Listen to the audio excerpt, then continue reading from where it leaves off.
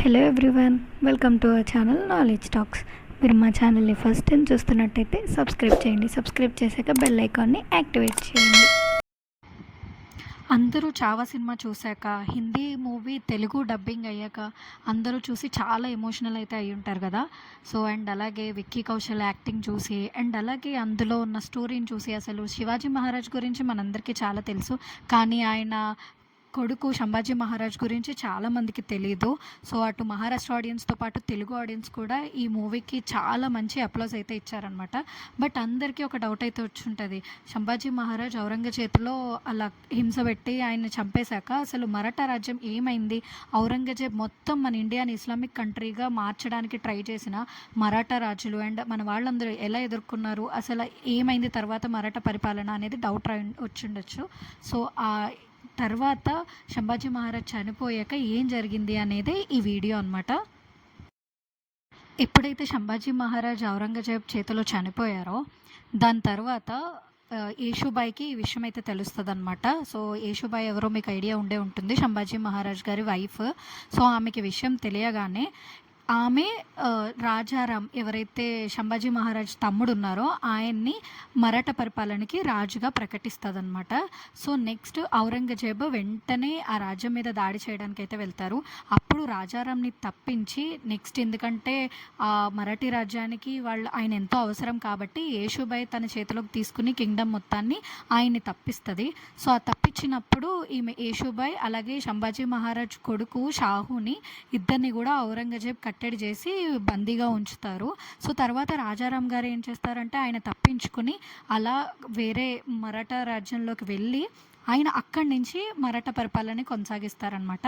So అలాగొక 2-3 years తర్వాత అక్కడి నుంచి ఆయన పరిపాలన చేసి జింజీ ఫోర్ట్ నుంచి చేస్తారు. ఇదంతా కూడా ఆయన మరాఠాలపై చాలా వరకు మరాఠా రాజ్యాల్ని మళ్ళీ ఆయన సొంతం చేసుకుంటారు. అండ్ అలాగే మరాఠా రాజులందరూ కూడా ఒకటైపోతారనమాట. అంటే ఔరంగజేబ్ యాంటీ అయిపోతారు ఆయనకి. అండ్ నెక్స్ట్ చానాళ్ళు ఇలా ఇద్దరికి మొఘల్స్కి అండ్ అలాగే మరాఠా రాజులకి గొడవలు అయితే జరుగుతూ ఉంటాయి. తర్వాత కొన్నాళ్ళకి రాజారాం గారు ఒక డిసీజ్ వల్ల చనిపోతారనమాట. అప్పుడు ఆయన వైఫ్ తారాబాయ్ ఆయన ప్లేస్లో రాణిగా ఉంటుంది. సో అప్పుడు ఔరంగజేబు ఓకే, రాజారాం చనిపోయారు కదా, ఇప్పుడు తారాబాయి అంటే ఒక ఆడావిడ ఈ కింగ్డమ్ని పరిపాలిస్తుంది, మహారాణి అయింది అని చెప్పి అది ఆయన్ని చాలా తక్కువ అంచనా వేసి మొఘల్స్ మళ్ళీ మరాఠా రాజ్యాలపై యుద్ధం చేయడానికి ట్రై చేస్తారు. బట్ తారాబాయి ఈ హోంబీరావు మోహితే అనే వాళ్ళ కూతురు అనమాట, అంటే సంభాజీ మహారాజ్కి మావయ్య. సో మీరు చావా సినిమాలో చూసే ఉంటారు ఈ క్యారెక్టర్ని. సో ఆయన కూతురు, ఈమె one of the most powerful women warrior. అందరూ వార్న్ అయితే చేస్తారనమాట ఔరంగజేబ్ని. తారాబాయి మీరు అనుకునేంత తక్కువ అంచనా మీరైతే వేయొద్దు, ఆమె చాలా పవర్ఫుల్ వారియర్ అని. కానీ ఆయన లెక్క చేయకుండా వెళ్ళి ఓడిపోతారనమాట.